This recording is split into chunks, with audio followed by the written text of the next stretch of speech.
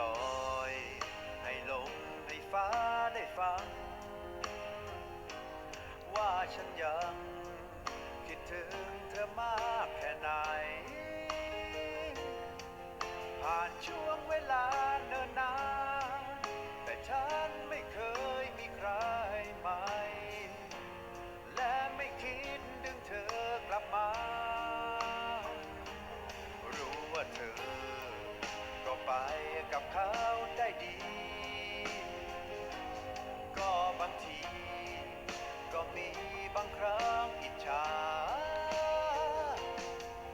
ฝากฟ้ายินดีกับเธอที่พบบางคนที่ดีกว่าโชคชะตาคือสิ่งที่ฉันไม่มีฝากมาว่าฉันอยู่ไหวบอกให้ฉันหน่อยได้ไหมแค่ไม่มีใครถึงไหน